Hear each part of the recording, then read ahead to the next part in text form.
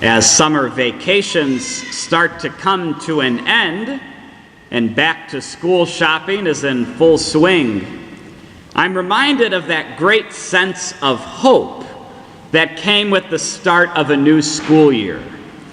I'm sure we can all relate to those self-made promises of studying hard, completing our assignments before dinner, pushing ourselves to make certain grades, and planning our time so that we can fit studies, practice, and time with our family and friends all into a single day while also getting 8 hours of sleep.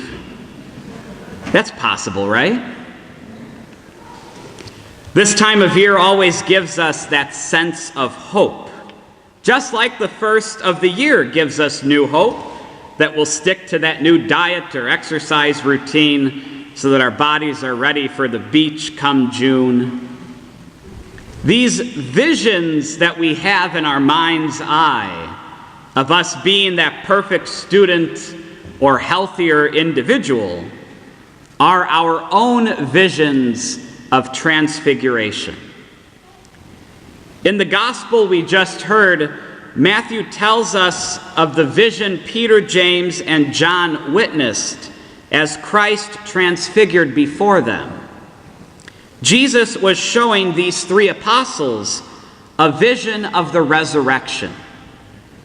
So why did Jesus show them this vision? Well, Jesus spends a lot of time talking about suffering, picking up our cross and following him, and about how the Son of Man came to serve and suffer. Jesus had to show the apostles that the suffering he preached led somewhere. There's an end goal and a positive consequence that accompanies the suffering, and that's the resurrection. Not only a resurrection, but a glorification through the resurrection.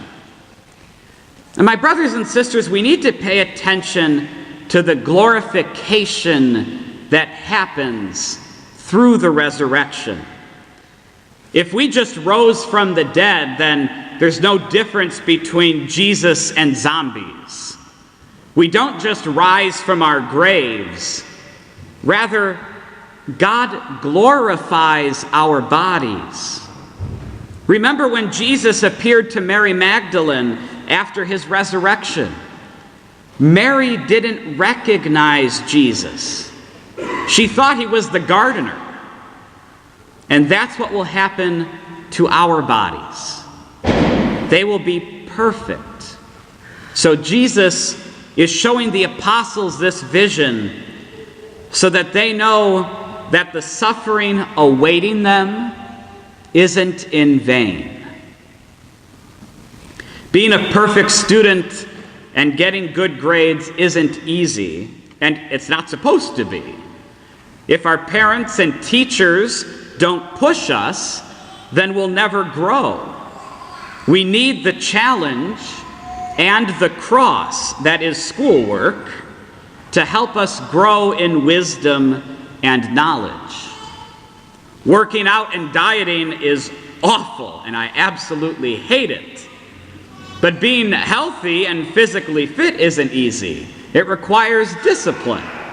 I obviously have not mastered that discipline yet, but I'm working on it.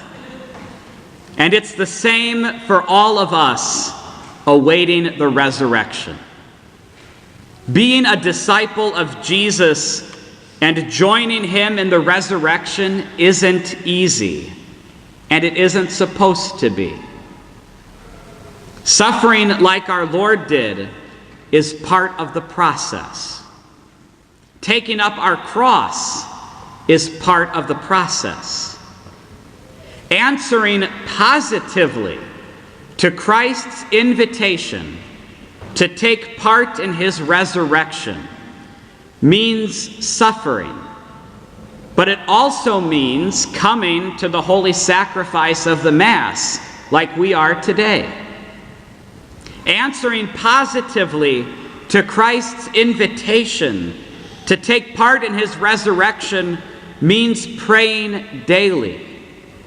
It means generously giving away our time, talent, and treasure. It means loving our neighbors as we want to be loved. It means loving our enemies and praying for those who persecute us. It involves living chaste lives. Being a disciple of Jesus is hard, and it takes discipline. Another discipline I've not yet mastered, but I'm working on it. And so let's focus on the Transfiguration today as the hopeful sign that we too will share in the resurrection of Jesus. It takes hard work, but the reward is certainly worth the blood, sweat, and tears.